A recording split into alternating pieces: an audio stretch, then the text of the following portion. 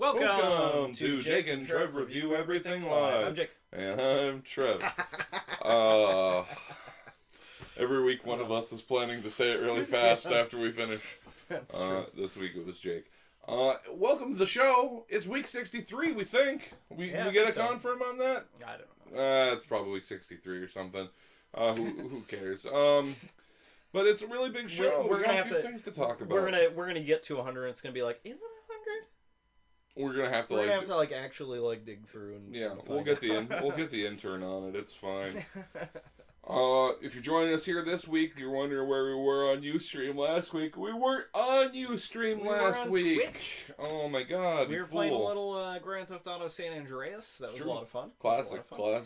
We were taking missions. We were entering in cheats offered by our viewers. It was like every cheat. It was a lot of good times. And if you want to be there on the good times, you say to yourself, "Oh man, it's Wednesday. It's 10:05. I'm on Ustream." I'm on there. And by the way, you shouldn't necessarily be on Ustream. We appreciate you watching the show, but you know what I want? I want you to watch it at peanutbutterdisaster.com. Yeah, peanutbutterdisaster.com. Go to peanutbutterdisaster.com. It's right on there. We got a page set up for the live. It actually has a link. It says, if we're not on Ustream, go to the Twitch page, and we have a page set up for Twitch. So. Boom, there's the link right there. So you can find us over on Twitch where we're doing our video game stuff. And Absolutely. And, we're not on a real fixed schedule where we necessarily alternate week in and week out, but, occasionally we feel like playing some games with you, and that's when we do that. We had a lot of fun last week. Grand Theft Auto San Andreas. We have a clip up on the website right now. Tankman. The Legend of Tankman. So check that out. That's always fun. And and let us know in the comments if you want to see more Tankman. I will be any games that you want to see us play. That's another big one. If we can get our hands on it, we're semi-capable of streaming Twitch or Steam games. Obviously, I have a lot of old school games, so there's a good chance I might have something too. So, if you want to see us play games, just recommend one to us, and we'll do that. Right. In addition to that content, I don't know if it was between. I feel like it was between last live show and this live show. The Absent Commentator put out a new video. Mm-hmm. It was the top 10. I think it was the top 10. Hold on, let me check. It was the top 10 gayest parts of The Legend of Zelda. It was pretty funny. It was pretty good. I enjoyed it. Check that out on there. That's on the front page of I didn't realize how gay The Legend of Zelda kind of was. Well, I mean, come on. You got tights. You got tunics. It all seems pretty obvious now. Yeah. But the Absent There's some things I hadn't even thought about. Really kind of put it under the microscope, if you will. Yeah. So definitely check that out. It was good fun. It was good fun. Good episode. Yeah, absolutely check that out. I think there was a new reboot vlog too. I could be wrong. Don't go promising reboot vlogs. Well, there will be. I know. Hipster Ninja has picked up doing the reboot vlogs again. So. Particularly on the announcement that the reboot's on its way. Yeah. So that should be interesting. There are a lot of, you notice that there's a lot of things that we talk about a lot. I mean, obviously Twin Peaks. I mean, if you're a longtime Jake and Trev watcher, you know that we're big into Twin Peaks, and they're doing Funny thing. Sidetrack you. I'm gonna hijack this conversation for just a minute, and then I'm gonna switch. I'm gonna UE, and I'm gonna return it, and I'm gonna let you drive on down the street. Gonna go all the way to Mount Doom, straight back to the shower. That's right. I just wanted to point out that I think it's weird that we're so into Twin Peaks that we've had some Twin Peaks accoutrement essentially in almost every episode of Jake and Trev Review Everything, and many of the live episodes. But we never did an episode about Twin Peaks or a feature about Twin Peaks in any way. Well, if you guys watching there, if you want to know more about it, you want to maybe watch some videos. We might be able to pull something together for that too. So. It's a great series, except for the end bit. Yeah. But hey, if they're making a new series, maybe that'll change. Maybe they'll wrap up a few loose ends that we missed out. I'll feel better about it. You'll feel better about it. Yeah, absolutely. So yeah, that obviously Star Wars is coming out next December, so we got a whole year for that. Yeah, didn't we talked about the trailer last week. About Star Wars, right? Mm-hmm. The week or before the last. week before, because we were playing San Andreas. Mm-hmm. It's hard to keep everything up. Yeah, Star Wars trailer's looking pretty impressive for not showing much of anything. I literally read an article today, and I posted this on Facebook. Literally, he didn't figuratively read this article. I literally read an article today that was about the new teaser trailer coming out for Batman vs Superman: Dawn of Justice. Mm-hmm. Which is that's a cumbersome title. I gotta it really tell you, is. It could just be Dawn of Justice, or the Justice League. Like, do you have to, Batman v Superman. I feel like there are some movie titles. Even Batman v Superman is still kind of long, but it's kind of like that's. You get it. They're gonna throw down. Like you get that. But it's going down. It's going down. But that's. I mean, there are some titles like John Carter. I've gone on record as saying that it should have been John Carter of Mars, because people would have understood what John Carter. Who? I don't know who the fuck John Carter is. Of Mars. I'm not 90 years old. So now he's a guy from Mars named John Carter. Interesting. Yeah. Tell me more. He's from Mars? Yeah, but no, they were just like, John Carter. That just sounds like some normal dude's name. Right. I guess. He is not a normal dude. You know what? First off, I gotta tell you, if you go out saying, I want to see a movie, but you don't watch trailers, you don't know what movies are out there. If you are a person who goes you're a and general audience member. Sees movies. Of movies. I don't know. I think you're an animal. I think you're an animal if you go to the theater and say, I'm going to see a movie today, I don't know which one I'm going to see. This one's title seems pretty good. I'm going to see that. If that's how you do it, I'm sure there are you're an animal. I'm sure there are people, absolutely. But yeah, you got to be something else. You gotta know a little bit about what you're saying. Let's see. We got. My dad says you were both getting wasted a lot. Even the cabbies owned you. How about that, Grand Theft Auto? Yeah. No. That happens. They're aggressive. We've been out on the East Coast for a while. It's been a while since we've been back on the block. As usual, I don't need to say it, but I'm going to say hi to my dad. And say hi to Trev's mom. That's standard procedure here.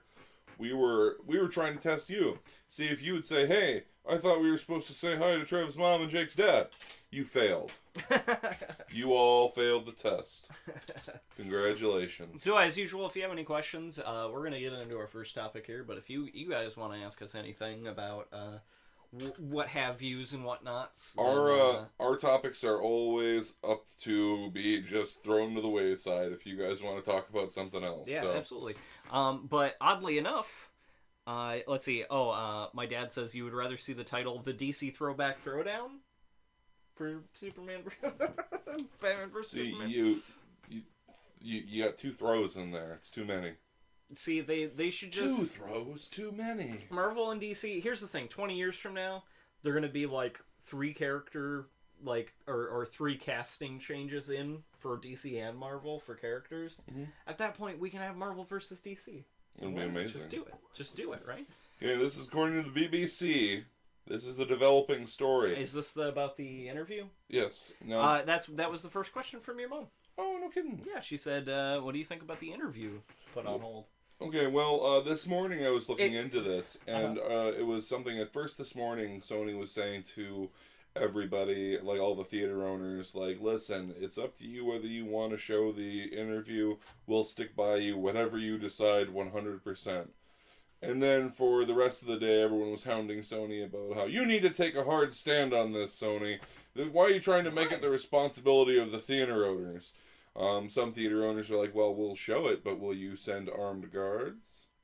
and Sony was like, no. Sony Pictures. Hold on, let's preface this. The interview is a movie by notorious weed and fart joke movie comedians Seth Rogen and James Franco. Yep. Stars of other weed and fart joke movies such as Pineapple Express. This is the End. So we're not talking high accusatory art. This isn't some like scathing like political history movie. It's about as scathing politically as Team America World Police. Right. And it is, but in any case, according to the BBC, Sony has officially canceled the interview release amid threats. Now, of course, many of you know that Sony had the balls hacked off of it in the last few weeks. And the hacker organizers, the Guardians of Peace, which is what their handle is. Yeah, I didn't even read that. Yeah, the Guardians of Peace have essentially threatened that all this stuff would be leaked if they didn't cancel the release of the interview. And then they didn't, and then things slowly started getting leaked, and the media reported on everything that got leaked, and it kind of kept on snowballing. And then some threats also came for the like the family members and so forth, the people who work at Sony. So, yeah, guys, I mean that's the thing. If this was just if like you better not put this movie out, or we'll share the secrets of your company that we hacked. First off, that's pretty morally bad anyway. Hacking's, yeah, no, there was an interesting okay, I'll say this. While I was in high school, I was a huge fan of Maddox, Maddox.xmission.com. Sure. It used to be a hilarious site for a bunch of like list articles or just articles like I can draw better than your kids, or reasons that Lord of the Rings sucked. I think one of the reasons was because it didn't have Lopan from Big Trouble in Little China. That's a legitimate complaint. Yeah, but he's recently been doing a podcast, which I found out about. I kind of dug into it, like, I wonder if he's still updating the site, but apparently just does a podcast. I feel like he's on the wrong side of opinion for me at this point. Yeah. It was interesting in high school, but I feel like he takes some stances on things that I don't at all agree with. But one thing he did say was like, and this was an interesting point, and I don't think I'm as rabid about it as he is, but when there was the celebrity nude hacks, like when they hacked the cloud and leaked all these nude celebrity photos out, everyone was in an uproar, rightly so, but as soon as Sony got hacked, everyone was like, oh, well, that serves Sony right, and was getting into it. I agree with him on that. I feel like any kind of hack, even if it's like, and I guess I'm kind of a hypocrite because, I don't want to get too political about it, but like, a lot of the, what was it? What was that movie with Benedict Cumberbatch that had, where he was playing the Swedish guy, or the... Oh, The Fifth Estate? The Fifth Estate. Yeah, like that guy. Like, I agree with some of that stuff, that there's some things that shouldn't be, secret. Right. But Sony, it's interesting to me because I'm interested in like movie stuff. Well, but it is personal stuff. It's a lot of it is personal information, and the lives of like people who work at the studio and their families have been threatened. Yeah, which is even if we want to sit here and say, oh, these are internet hackers, there's no way they're gonna actually hurt anybody. Whatever, dude. It's still not cool, but it does bear mentioning that a lot of the things that were leaked were really embarrassing for Sony. Oh yeah. Like the internal discussions about why are we making all these Adam Sandler movies that are so awful. I think the only person embarrassed is probably Adam Sandler. Yeah, because it's probably the first time that he's heard about it. Wait, what? Like, people don't like me anymore? People don't like Adam Sandler movies? The ones that we fill with ads and terrible jokes? Like it's kind of amazing to me how specific it was. It's like, it sort of seems like Happy Madison Productions is really getting, the best out of this arrangement. Well, yeah, because they shove their movies full of ads. They make more from product placement in their films than, like, box office. It's crazy. I want to get chocolate wasted. Hey, Dunkachino. Have you seen that? Yeah. The Al Pacino Dunkin' Donuts song and dance at the end of Jack and Jill. Oh my god. Oh, it's awful. It's terrible. But yeah, so yeah, that's personal stuff. People shouldn't be threatened about it. Adam Sandler should stop making movies. Happy Madison is good. I mean, it got like Grandma's Boy. There's a couple other movies that were pretty good. I got bad news, Jake. What? Grandma's Boy. And I want to point out, and I'm not going to go any more specifics, but there are theoretically reasons why I might enjoy Grandma's Boy more than Jacob. I'm gonna leave it right there. I'm really concerned that Grandma's Boy is not holding up as well as I had hoped that it would. Yes. I popped it in the other day, and I still thought it was there's funny. A lot of good stuff there, but there's a lot of stuff that I remember being funny, and then on another watch, I'm like, I feel like it's in that. I feel like the important thing is it has the spirit of like an early Adam Sandler movie, like Happy Gilmore or Billy Madison, where it's more lighthearted, and a lot of the humor comes from, like there's at least some characters that are grounded in some sort of reality instead of everyone being like the same hackneyed, stereotypical character. Adam Sandler's the only person that's being made fun of in those movies for the most part. Not everyone is some sort of like stereotype that they're trying to, chip away at to... The other problem with Grandma's Boy, though, is that Grandma's Boy is to video game testing as Hackers is to hacking. The movie Hackers is nobody the practice of hacking. I mean, we've found out over the last like 8 years or so that like the video game industry as a whole is just butts. It's just butts. You don't want anything to do with it. Unless you're like in the top percentage of people in the industry, you're getting shit on from those people way up there, just constantly. It's a trickle down. High turnover rate. It's PP and poo poo. It's got a higher turnover rate than McDonald's. I don't know if that's true, but it seems like it's pretty high up there. So but this remarks kind of an interesting situation now where the studio has bowed to the pressure of a hacker group. Well, it's a terrorist group. Yeah. One could argue if you were purposefully inflammatory. Now, wait, hold on. Are you saying that the people that were involved in the Sony hacks were also the people that were threatening? Yes. To not release the interview? They're the ones saying that if you release the interview, we'll release this information. That's why a lot of the information that was hacked has been released. Because they weren't officially pulling the interview. Oh. Yeah. Wow, that's terrorism. That's literally terrorism. Yeah, Well, it's blackmail at the very least. It's blackmail at the very least, yeah, exactly. It's blackmail. Well, no, that's the thing, is that once they I think... Now, I hate to have a serious discussion here on J&TRE Review Everything Live, but... God forbid. But I think that once you take the blackmailing to a point where you're threatening people's lives, that's when it crosses into the border of terrorism. Yeah, that's terrorism town. But before that, when you're just talking about... Get your tickets I'm going to reveal embarrassing... Stop a terrorism if you don't do something, I'm going to release threatening or excuse me. If you don't do what I want, I'm going to release... damaging information or embarrassing information. That's blackmail. I'm gonna threaten to kill somebody. Terrorism. Yeah, you're right there. You got your tickets out. You're on the bus to Terrorisburg. Terrorism town. Yeah. So that's what's going on there. But yeah, this is it sets an unfortunate precedent. Let's see what we got here. My dad says so much for the American freedom of speech and expression. He also says he likes Mr. Deeds. Mr. Deeds wasn't terrible by any means. It had its moments. I'm not a huge fan of it, but it's definitely one of the better works. I'm talking more like the stuff that's come since, like Jack and Jill. That was just like, ugh. I remember working at a theater when that came out and seeing snippets of that, and it was just, ugh. You could smell the butts from the screen. Oh, man. Wait, hold on. This person has a weird name. Q12W. I don't know. It says Sony let terrorists win by backing down to mere threats. Well, I mean, they're doing what they can. If it's an international situation.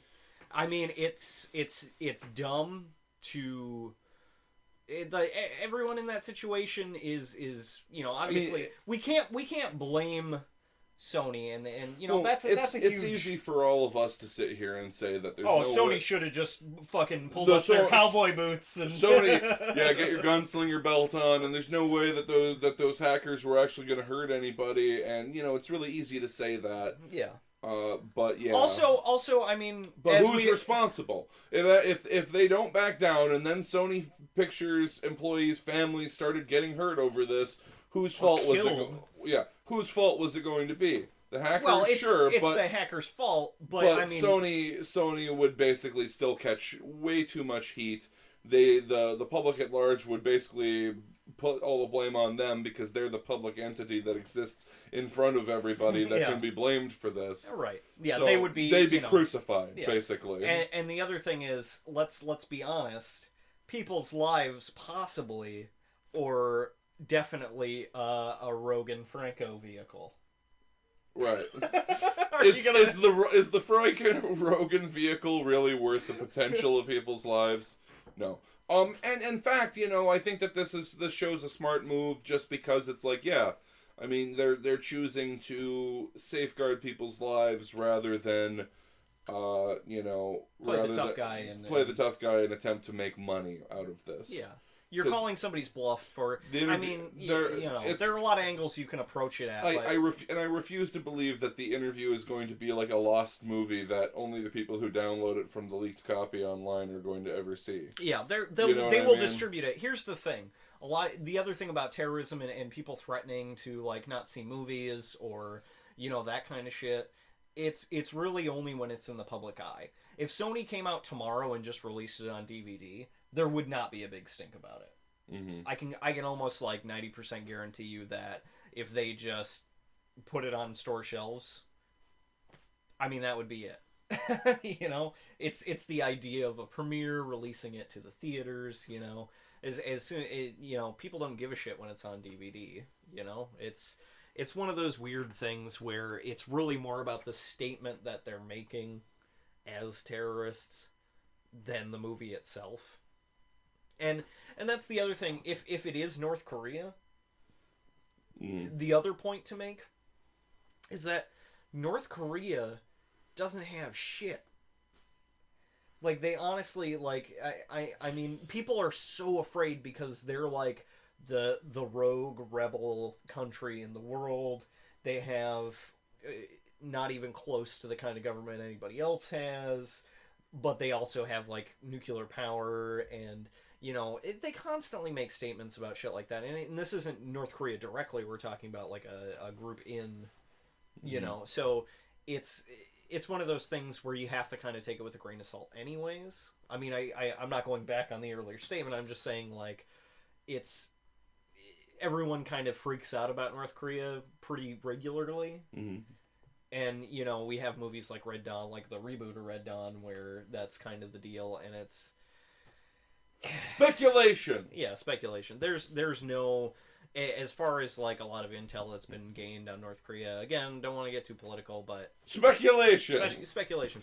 They're really not that tough. Hold on. Can I speculate? Yeah, sure. What if...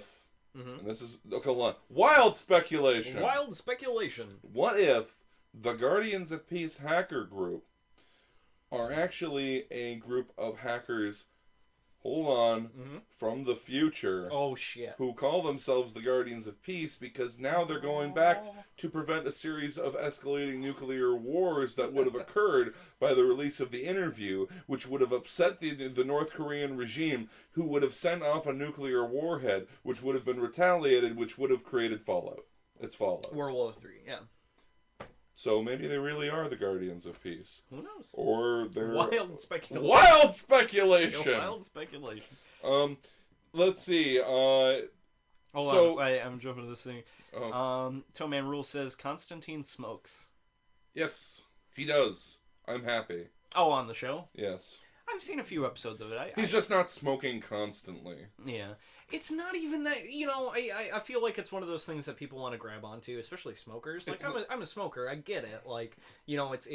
I've been yelled at for smoking on the street, So you get that, you become kind of guarded about it. The other day, Jake and I were standing outside of a bowling alley, and this guy, and we were standing off to the side, not right in front of the door, and we were downwind. Yeah. Okay, so I mean, Jake was in the right, okay? Yeah. But this guy comes out of the bowling alley holding his kid in his arms, and he says, "Oh, hey, RJ Nabisco, huh?" Yeah. And we're like, "What?" And he's like, "Oh, RJ Reynolds." And he just kind of walked away. As if, he was really upset that there was someone smoking out here, and he wanted to chide us for He was really upset that people were eating crackers outside the bowling alley. Yeah. RJ Nabisco, what the fuck? Yeah. Yeah, I mean, so you get that constantly, and it's hard not to, I smoke, I enjoy smoking, I know it's bad, I need to quit, but at the same point, like, it's one of those things where solidarity sometimes comes into play, where it's like, oh, well, why can't you show Constantine smoking? I mean, part of the thing in the movie, I think they had to have him quit at the end, so they could have that caveat at the end that's like, oh, that's all part of his character in the movie, is like he gets lung cancer and he's going to die if he doesn't stop smoking, but he doesn't stop smoking, and by the end, like, he gets rid of his lung cancer, and then he's not going to keep making the same old mistakes. So that kind of has to happen in a movie. I don't know how they get away with it on TV. I know there are a lot of regulations for that. I don't really care. Like, it's not a crucial, important part of his character. He can have other vices on television. He can still be a badass. He can still, be that kind of guy who is fighting demons but still shrugging when angels are like, "You're helping us," and he's like, "I'm helping myself. Who gives a shit?" Like, he can still have the hallmarks of Constantine in other formats than comic books without having to be a smoker. So one way or the other, I guess the thing is, I don't give a shit. So okay. So I got two Tim Burton related stories I want to touch on briefly. Number one, Beetlejuice 2. Have you seen this? Have you heard about this? Oh, God. They're going to do a Beetlejuice 2. Oh, why? Well, according to this article I'm reading from metro.co.uk, Winona Ryder is is lined up for Beetlejuice 2. Mm-hmm. The source is Tim Burton, who, let's see, I'm trying to figure out where it is that he was recently that these people were interviewing him. But the quote on this is priceless. Okay. He was asked if Winona is coming back for Beetlejuice 2. The director said, "Oh yeah. Yeah. That's the quote. Oh yeah. Like, I get the feeling like he was just like walking out of a gas station or something, and like someone's like, "Hey, is Winona gonna be in Beetlejuice?" "Oh yeah. And, like, he got into his car and, like, drove away without, like... Yeah. And then the guy's like, "I got a hot tip for the Metro." Yeah, you know who's playing Winona Ryder? Who? Guess. Winona Ryder? Helena Bonham Carter? Yeah. Okay. Yeah, makes sense. Helena Bonham Carter as... Winona Ryder as... Lydia Dietz.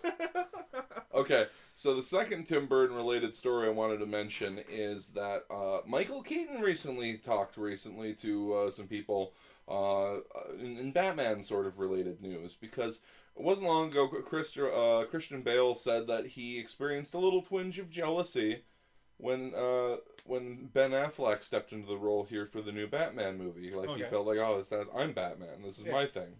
I'm sure Michael Keaton was like, "Get in line, buddy." Well, so somebody said to him, Do you feel jealous that like, this is so funny to me. Do you feel jealous that Ben Affleck is Batman now? And Michael Keaton said, "No, because I'm Batman." Deadpan, like serious, like looked at the guy, "Because I'm Batman." You win. Yeah. You fucking win, man. It's funny, but that also speaks the truth about, I mean, how many people have been Batman? I'm Batman. You think Val Kilmer walks around saying I'm Batman? No. You think George Clooney walks around saying I'm Batman? Hell no. Yeah, no, not that Batman. But Michael Keaton, Batman. Yeah, no, he even says it. He says it in the movie. And then all It's a line from the movie! It's a line from the movie! all that Christian Bale says is, "Swear at me!" Okay, we all laugh now about the Batman voice, but that when he had Gordon's partner, Knox or whatever, in the alley, and he pulled him up on that wire, and he was dangling him upside down. He's like, "I swear to God." He's like, "Swear to me," and he drops him. It gave you chills. Don't even pretend. Like, you're "Oh yes, no, that was awesome. That was red hot Batman action." Yeah. Batman, well, that's the thing, too, is that I feel like, Michael Keaton Batman, like, he could stand toe-to-toe with Nicholas, or Jack Nicholson's Joker. And I'm not saying that, that Christian Bale's Batman couldn't stand toe-to-toe with Heath Ledger's Joker. But I feel like there was not huge, but there was kind of a disparity between the two. I don't feel like the only scene that you really get with them that kind of plays off of each other is the interrogation room scene. Mm-hmm. Like, that's the big one with Batman and the Joker. And then in the end of the movie, it's just them inside the building, like, fighting each other, and then Batman's upside down, or Joker's upside down. And there's not a whole lot of, like, chemistry between the two. Like, mm-hmm. There's plenty in the original, the 1980, was it 85? 84? 88, I want to say. 88? Are you sure? Yeah, because no, it was late 80s. Definitely 88 or 89, because I'm pretty sure I saw it when it was in theaters. Mm. And if I can remember that, then it would have to have been around then. Yeah. Let me jump to the chat here. Well, you jump to the chat. I'm going to mention the next news story. Okay. For the latest in the Bill Cosby debacle, go somewhere else, because that shit's depressing, and we really don't know, and we really don't want to talk about it. It's a bummer. And in fact, I'm going to go out on an extra limb here, and I say I kind of wish people would stop speculating wildly about it on the news. I feel if there's a legal thing here, then they wish they could just settle it in a court of law. Yeah. And, and in general, I kind of feel like the American media goes to the trouble of putting somebody on trial before they ever get there. Well, I feel like it's important because, the topic was brought up so that people are feeling like it's okay to come forward with that kind of shit again. So, I mean, it's a double-edged sword. In one way, yeah, we don't know definitively, but in another way, it's encouraged people that may have had situations to come forward. It's a pretty complicated issue. Yeah, and that's all we're gonna say about it. No, the other thing is that the only thing that's been brought up was from Bill Cosby's party about somebody who was probably lying about it. Mm-hmm. All evidence shows, but that's like one out of many alleged cases. Mm-hmm. So it's like they're not addressing anything except for the one thing that they can basically prove was bullshit. Right. So, I mean, but yeah, I don't really care to talk about it. I was just jumping to the chat here. This Q fellow says, in regards to the interview, he said it's just like South Park Viacom thing where they refused to show Muhammad, even though they had shown a depiction years prior on something about Greenpeace and the Nazca lines. Yeah, I remember when they showed the Muhammad character and nobody gave a shit. Friends but they didn't build up to it. See, that's the thing. You're never going to have, I mean, unless it's explicitly pointed out. Or it's being, like the interview obviously is a movie that everyone knew was coming out. Everyone knew what the subject matter was. It's been, they've had trailers. It's been on the internet. You know what I mean? It wasn't just a South Park. Like, South Park episodes are never, like, advertised beforehand because they usually put them out, like, a day before they come out. Mm-hmm. Or they finish them a day before they come out. So there's never really any lead up to that. But that episode in particular was, like, 2 episodes. They had already... And it was already, like, the first half of the 2-episode thing, they were already saying that they were going to play Muhammad on TV, And I think South Park was going to, but then, because they had done it in the first half of the 2-part episode, then I feel like it built up enough momentum that there were people there saying, no, don't do that. Mm-hmm. The first one was, like, the Super Best Friends... Like years ago, season 4 or 5, and that was even before a lot of that, like, sentiment had been drummed up really, mm-hmm. too. So you have to consider the climate also. I mean, obviously, there's been rumors about like North Korea with Kim Jong-un possibly have died, which apparently he hasn't. Because he had to go get like ankle surgery or whatever the fuck. And North Korea's been in the news pretty consistently anyways. So mm-hmm. Those are all things to consider when you talk about that kind of certainly like self-censorship, I guess. Is that, yeah, there are instances where people got away with stuff, but you have to consider the atmosphere in which it was released. Mm-hmm. You know, if they put out the interview 5 years ago, I'm sure it would have went under the radar. Right. But and that's the other thing, you know, the Seth Rogen and James Franco are huge at this point. You know, this isn't like knocked up. Yeah, don't feel bad for those guys, by the way. Yeah, they'll be just fine. I'm sure they'll be fine, and we'll see the movie at some point. I highly doubt that they're going to can this movie and then put it in a vault somewhere. You want to review the interview? Yeah, sure. We can do that. I don't care. And then the Guardians of Peace will try to hack Jake and Trev stuff. Yeah, Guardians of Peace. We know you're watching the show. We know you're watching the show. I appreciate it if you didn't hack Jake and Trev. Yeah, please don't. Yeah, it would probably be pretty easy. It would be so really easy. That's not even... I mean, I'm behind like 7 proxies anyway, so it's come not... At me, bro. So come at me, no, bro. No, well, don't come at me. Don't. Here's the thing. It wouldn't even be worth it. I got. It's like karate kicking a child in the face. You could do it, but... And you could totally destroy them, but... But do you really feel good about yourself afterwards? Exactly. And if you do, you're a monster. Yeah. So don't do that. But...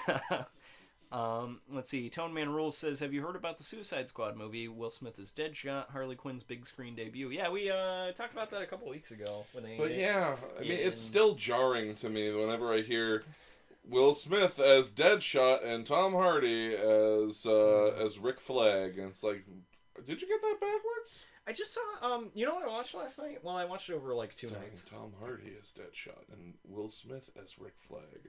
Hey, no, see, now you're casting with type. You're casting with the grain. Good job. That's how you make delightful things in woodshop. I don't know. I think I still think it will be interesting to see. I'm never against interesting casting. It does. Jared Leto as the Joker. It's what I mean. It's interesting to me.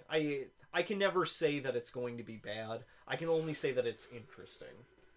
Because that's how I feel at this point. I mean, there used to be a time where, I would rally against some sort of casting decision. But at this point, I mean, you can't really hedge your bets until you've actually seen even a trailer. If you've seen them in, like, makeup or, like, a screen test or, I mean, just the mention of somebody playing a character it's just not enough anymore, Mm-hmm. That's what we were talking about earlier. Yeah, the Dawn of Justice trailer.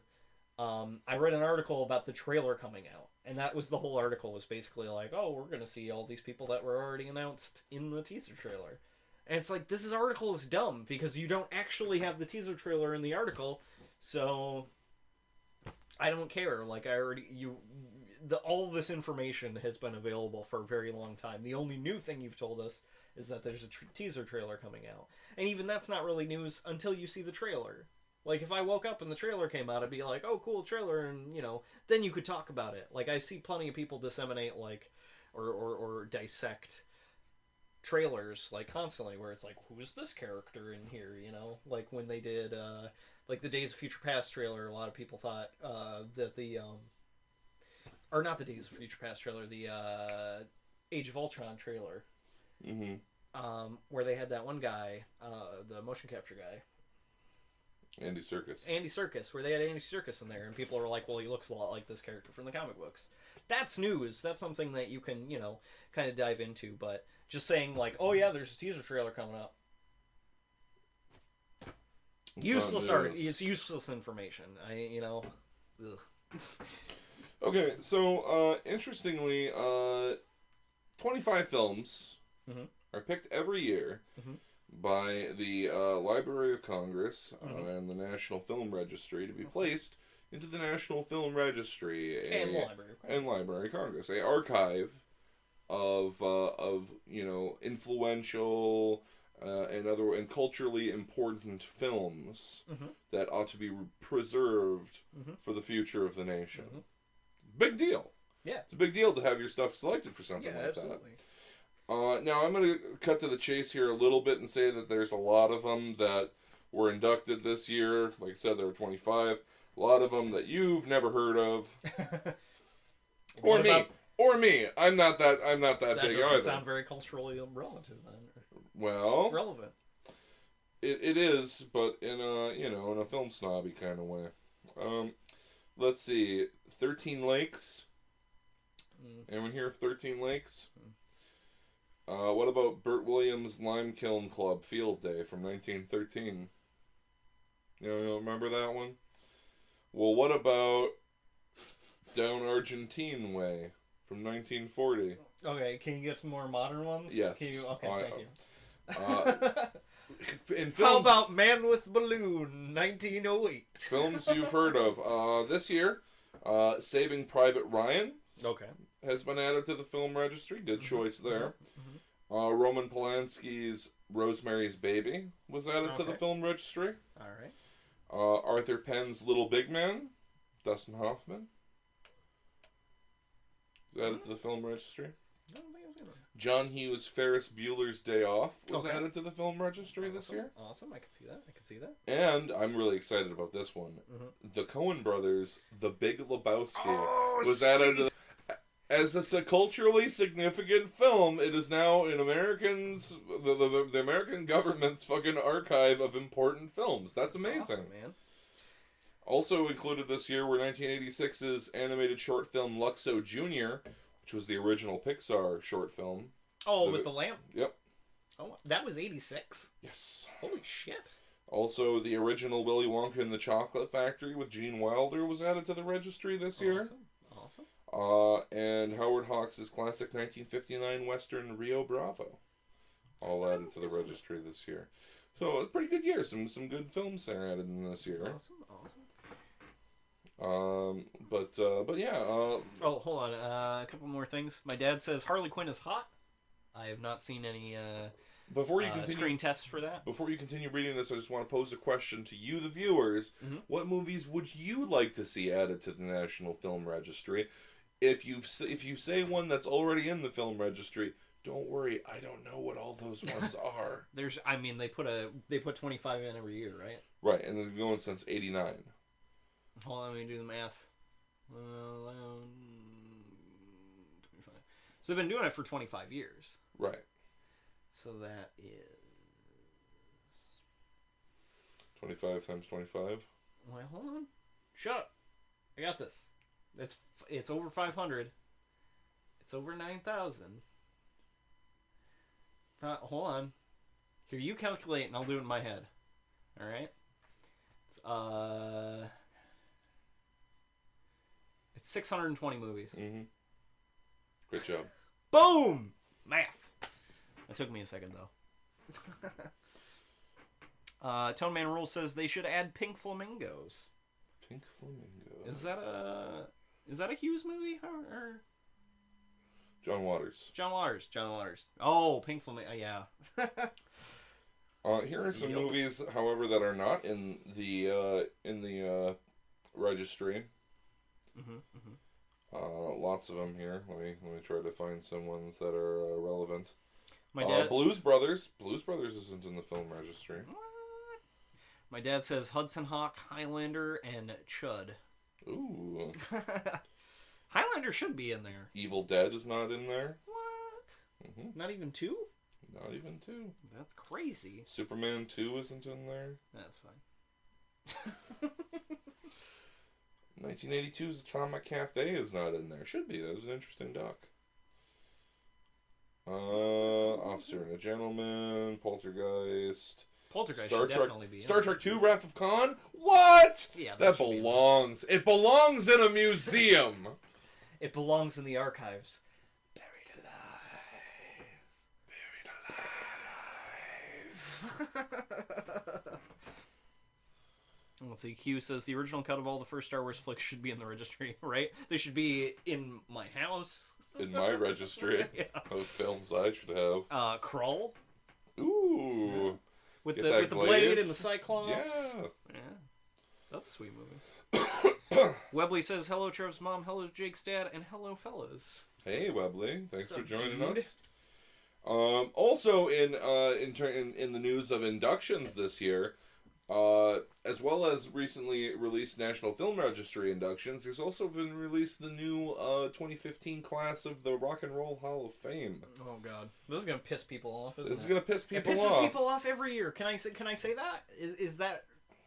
I mean, what do you guys think? If you're into music, every year, Rock and Roll Hall of Fame, they always miss the important people. They always bump somebody up that's like, just by popular demand. It's like Webster's Dictionary. Like, they probably put like 1,000 words or whatever into the unabridged dictionary, but there's always one like selfie or cray cray where everyone latches onto that and they're like, that's in the fucking dictionary now.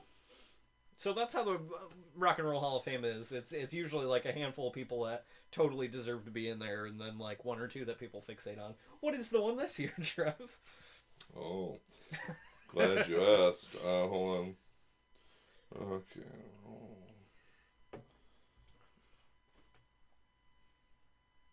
I wanted to make sure that I'm not going to put my foot in my mouth on some of these. Fair enough. Doing some research. Doing some additional research at the end here. Okay, so the 2015 inductees this year are Ringo Starr. Okay, now why not already? Well, he is already, but because remember, there are various artists who are inducted in several ways: as solo artists, as a part of a band, as a part of a different band. Yeah. So Ringo Starr, as a solo artist, was inducted this year. That's kind of bullshit because I'm sorry, Ringo, but let's have an honest conversation about your contributions to music as a solo artist. No. As a solo artist, I was gonna say as a solo artist. He's already in as the Beatles. He's already in. But that's the thing. A lot of people shit on him for being a terrible drummer, which is just not true. He's just not like a he's not like a oh God, I hope I'm saying that, John Bonham. Mm-hmm. He's obviously not like fucking that guy. Right. He's not the best in the world. Okay. But he's good. He's consistently good. He did write a lot of songs for the Beatles. Okay. Like Octopus's Garden. Sure. Okay, so like to be according shut down. So you can't say more than a couple. You can't sing Beatles. You can't think Beatles songs unless it's on the radio. Okay, so I got a list. Can I sidetrack really quick? Sure. You get to do that a lot. So. Sure. I find it interesting that throughout the Beatles' career and post-career, that the reproduction of their works or anything like that is always handled with copyright. Mm-hmm. Like, if you want to use a Beatles song in a movie, it costs you like $1 million. So nobody really fucking does that anyways. But or if you want to use it in a commercial, or even if you pretty much everywhere except the radio. Mm-hmm. Because you can, if you are a radio station, you can just play it. Mm-hmm. I find that really interesting because I always hear Beatles songs, and I'm like, if I hear this on the radio, it's just a regular drive to work. If I hear this in like a movie, they shelled out buku bucks for that. Oh shit. Yeah. Like, I wonder how that works exactly. Like, I know a lot of radios, like a lot of musicians will basically just give up their songs, so it's promotion for the actual album. Mm-hmm. But like for having been on the air that long, I just find it interesting that that's a weird sector of, you flip on the radio and it's like, this doesn't cost me anything. Sure. The Five Royals. That sounds familiar. I don't know. Place it. Let's see. The Five Royals, the Paul Butterfield Blues Band. See, those two that sounds familiar too. Well, I feel like those are their keeping your credentials up inductions. Like, we don't just induct mainstream people. Maybe they're influential. Like, they're so far back. I'm sure that's exactly what it is. Is that they're influential. They were playing banjo into a tin can 100 years ago. So. Joan Jett and the Blackhearts. Awesome. Was added. She's been neglected for a couple of years now. Yeah, absolutely. Lou Reed, as a solo artist, was added to the Rock and Roll Hall of Fame. As long as it's not with Metallica, I'm all for it. Okay. Stevie Ray Vaughan. Awesome. And Double Trouble. Awesome. Okay. Let's see. Bill Withers. Okay. Ain't no song. Yeah, added in. These are all great. Channel shut down. Damn it. We just can't sing anything. Okay, here's the one that's gonna make people divisive, I think. Maybe I'm the only one who thinks this is kind of weird. Green Day. Ooh. It seems like they were in they had to have been, this has to be like the first year that they're eligible as a band to be in the Hall of Fame. Well, they started in the 80s. There's an interesting documentary about them where it does kind of get into the politics of the Green Day. How they were part of the politics of the Green Day? Yeah, it's interesting because they sold out. Bad. But there's also kind of a defense to that, too. Because the music scene that they were in was so, like, anti getting ahead. I get it. As an independent artist, I mean, you can succeed and be an independent artist. But I feel like that option really hasn't been open for that long. Like, if you look at Macklemore, like, Macklemore has basically revolutionized that whole thing. You can create an audience without the inclusion of, like, a major record label. You can make it on your own. But it's really hard as shit, and, you know, it's kind of like one of the, it's like Kevin Smith. Like, you can, you know, go into debt making a movie and then become famous for it.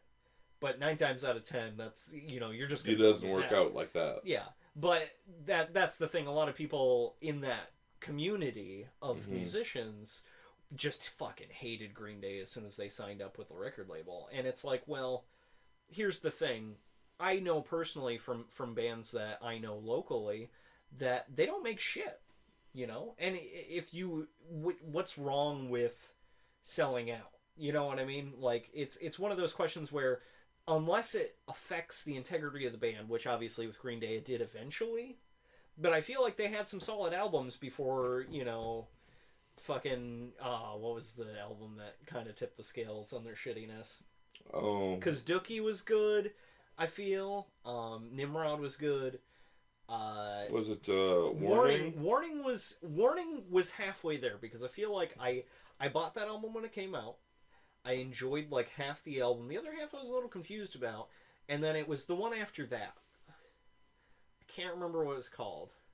Oh, American Idiot. That album was the sellout album. So they didn't sell out up until that point, I think. But yeah, that's kind of weird that they're in the Hall of Fame a lot, especially in front of a lot of other bands. Now, let me drive this point home why I think that maybe they should have waited on Green Day.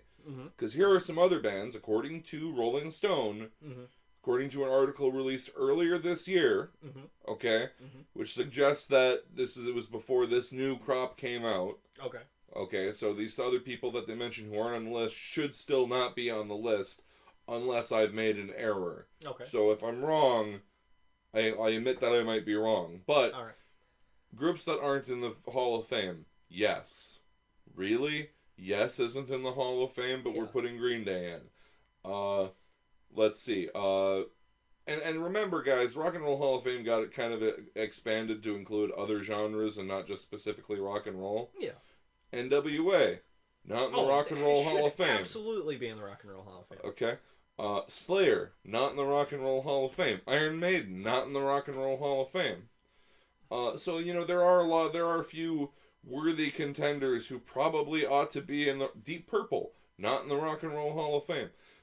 Probably ought to be in, but are being passed over for some reason, but they just couldn't, you know, well, they dragged ass for a few years on Joan Jett and the Blackhearts. Yeah. She was on Rolling Stone's list. Yeah. But she was added this year. Well, and this is the other thing you have to understand is, you know, I feel like times have changed, and I feel like if you want a certain type of music, you can find it.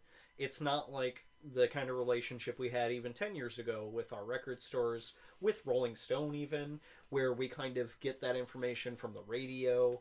You know, there are a lot of different deliveries of music that make it easier to listen to more things, new things, be introduced to new kinds of music, and not directly through the promotion, you know, given through record companies or radio. So, or even record companies. I remember the first time I heard the White Stripes, and I'm probably going to sound like a hipster, but the first time I heard White Stripes was in a Sam Goody. And I liked it so much, I bought the album right there, and I enjoyed it a lot. And I've liked the White Stripes ever since. I don't think it was really... It's weird because every time I go back to, like, Jack White and the White Stripes and, you know, pretty much any derivative of that, I've always enjoyed his music. And it's not just, like, oh, it was popular when I was in high school, so... You know, I don't look back and be like, oh, I can't believe I listened to the White Stripes. It was a legitimate way to learn, but I mean, if they hadn't signed up with a label, if they hadn't become popular, that was the first, because I think Distill came out before that. The album that I bought was what was it called? White Blood Cells? That was one where it had Fell in Love with a Girl on it. Yeah, I think so. That was like their first like critical album, or their critically acclaimed album, I guess. Distill was pretty good, but I hadn't heard that one. That was the one before there. Point being is that it's becoming more and more obvious that those kinds of, even with movies as well as music, like a lot of the awards and a lot of the accolades that are given out, it's all politics, guys. Like Green Day, yeah, that's confusing as fuck, because I'm not going to say Green Day is bad. They have a long history of good music. They've gotten bad. Like, there's a lot of Green Day I can't listen to, but apparently a lot of people enjoy it. You can tell, like, kind of politically how they're leaning. You know? Yeah, absolutely Slayer should be in there. Absolutely Iron Maiden should be in there, but those are all things that are decided by committee. The Oscars are decided by committee. The Emmys are decided by committee. The prime example was from last year when Argo. Argo had been released earlier in the year. I remember seeing it. It was in the theater. It was really good.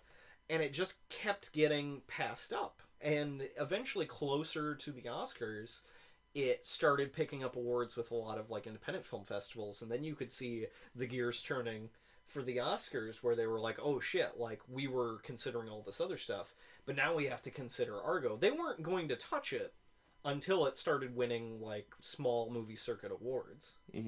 And then it became this big thing for the Oscars. So you can tell, like, if they hadn't gone through the, you know, through the system, they hadn't got all the small accolades, even though they were in the fucking, like, they were on the big screen. Right. You know, and people enjoyed it, and critically it was received very well. But so what you have is like a committee of people who make this decision, who are so concerned with what all the other committees and all the other award ceremonies are going to do and how they're going to vote. And it's like, oh, well, we have to be relevant ourselves. Yeah. We have to, you know, instead of just trying to, you know, say that, you know, this is what it is, but to pay attention to what everyone else is doing to make sure that you're... I don't know, it just seems like these people are trying to be trendy, you know? Or they're trying to keep up with all the cool kids and make sure that they like the right things. Yeah. And that's kind of messed up. How long do we have left on the broadcast? We have... I feel like we're down to a few moments. We got a little less than 5 minutes left. Okay. What are you looking for? I was looking up, Q asked, is Weird Al in? That's a good question. And, no, he's not. I just looked it up. See, no, he will be. I feel like he will be. He'll be. Yeah. He'll be eventually. You know what? When he's an old man, he's gonna get a lifetime achievement award from somebody. You know. Oh, damn it! You just spilling coffee everywhere. I just spilled coffee. Oh god. All over the place. Oh, son of a bitch. Is that my Inhumans book? It is your Inhumans book. It's clean though. Okay. It's just fine. All right. Let's. It's put just this over fine. Here. Oh. Spilling coffee, that's alright. Spilling coffee on my comic books. Yeesh. Yeah, don't do that. Sorry about that, bro. Tone Man. I'm gonna attempt to clean up the spill here. Jake, what's your high score on Polybius? He wants to know. I never made it past the... For those of you who are wondering what's happening now that Jake's temporarily off screen, his mind has been flooded with a series of non-memories implanted by the flashing lights and the bizarre hypnotic sounds that emanated from that dark and terrible machine. For it was not a thing that Jake was ever meant to remember, or for you to ever suggest. No, this was a horror wrought not by man, but by fate, a device brought forth onto the earth to fulfill a dark and terrible legacy, of which Jacob is only one small part. That's his high score on Polybius. Just so you know. Yeah, it's a real doozy. I get the feeling I am not going to be allowed to have coffee in the studio anymore. Mayhaps not. Mayhaps not.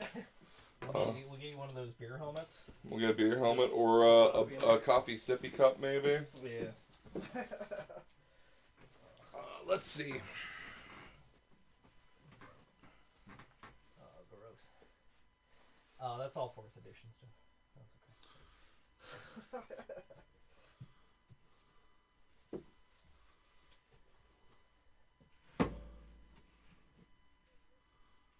Cheech and Chong should be on the top of that list.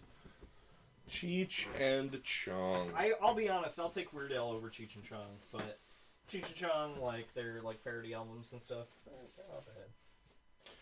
They certainly have a place in history. Yeah, absolutely. I don't know. I feel like, well, you know, that's really rough. I guess I feel like Weird Al definitely has a more prolific body of work than Cheech and Chong. Mm. You know, so... Oh, that's really weird. What? Is it the same on here? I thought that the coffee spilled all over, and okay, so I have some. You probably can't see it on the monitor, so, but they can't see the side of this 4th edition book. Oh, you thought that the coffee had gotten all over it, but it was just the discolor to make it look like it was old parchment paper. Yeah. Yeah, no, the D&D books are safe, guys. That's all right. Yeah, I got like 2nd edition, 3rd edition, 4th edition. Oh yeah, I just picked up a 3rd edition Player's Handbook here. Oh, nice. Or 2.5, 3.5. Yep. In any case, though, that's about an hour, and that's going to do it for Jake and Trev Review Everything Live. Jake's going to come on back here for the finale. Yeah. I'm going. He's coming.